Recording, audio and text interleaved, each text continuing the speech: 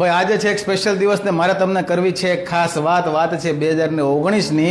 એમ કહેવાય કે કોરોનાના કારણે બિઝનેસમાં એવડો મોટો લોસ આવ્યો કે ભાઈ આપણું સેવિંગ તો પૂરું થઈ ગયું, પણ આપણે જે મકાનની હોમ લોન લીધી હતી એના હપ્તા પણ આપણે ટાઈમસર ન ભરી શક્યા. અને પછી એમ કહેવાય કે ભાઈ બેંકે એના નિયમ પ્રમાણે દરવાજા પર નોટિસ મારી દીધી, પેપર આઉટ કરી દીધું, લોકો મકાન જોવા માટે પણ આપણે આવવા માંડ્યા. પણ એટલામાં સારી વાત એ થઈ કે સંપૂર્ણ લોકડાઉન લાગી ગયું અને એના કારણે થઈને ગવર્મેન્ટની એક સ્કીમ આવી કે ભાઈ તમે લોનને રિસ્ટ્રક્ચરિંગ કરાવી શકો છો. આપણે એપ્લિકેશન આપ્યું કે ભાઈ અમને લોન ભરવા માટે થોડોક સમય આપો.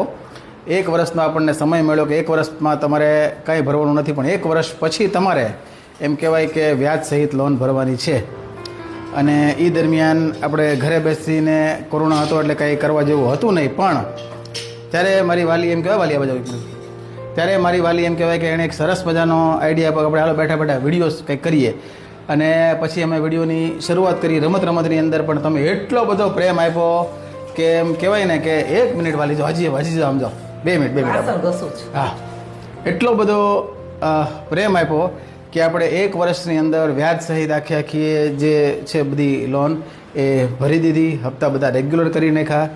અને પછી તો એમ કહેવાય કે ગાડી પાટે ચડી ગઈ અને દોડવા મળી. તો આ બધું મારી વાલીનો આઈડિયા, તમારા બધાનો પ્રેમ, કે એમ કહેવાય ને કે જ્યારે જિંદગી આમ થઈ ગઈ હતી ને ફરી પછી આમ થઈ. અને આખા જીવનની અંદર આ ઈશ્વર, મારા માતા પિતા, અને પછી જો હું કોઈનો આમ હાવ આભારી હોય ને તો એ મારી આ વાલીનો છું. બરાબર છે કે અત્યાર સુધી ફળી મને આગળ પણ ફળજે, અને આ ભાવ મળી મને ભાવ મળજે. કહેવાનો મતલબ એટલો કે મિત્રો જો ખરેખર સાથ હોય ને તો થોડોક સમય આપો એટલે ગમે એવી મુશ્કેલી હોય 100% એનો સોલ્યુશન આવી જ જાય છે. અને આ તો હું મારા એક્સપિરિયન્સ પરથી કહું છું. અને આ તો એક વાત છે, આવી તો ઘણી બધી વાતો છે આપણા જીવનની, એ આપણે કહેશું. પણ આજે સ્પેશિયલ દિવસ એ છે કે આજે છે મારી વાલીનો જન્મદિવસ. તો વાલી, તને તારા જન્મદિવસની ખૂબ શુભેચ્છાઓ. Thank you. અને તમને બધાને પણ જય માતાજી, મને આશીર્વાદ આપો. હા ભાઈ, થોડોક એમને આશીર્વાદ આપજો, પ્રેમ આપજો. એટલે શું કહેવાય કે આમને આમ આગળ વધતા રહીએ. હા, અને તાજા માજા રાખે. બરાબર. તો ભાઈ હવે સરસ મજાની કમેન્ટ કરો અને આ વિડીયોને લાઈક શેર ફોલો કરી દો અને સ્ટોરીમાં મૂકી દો. હા, હાલો તઈ જય માતાજી.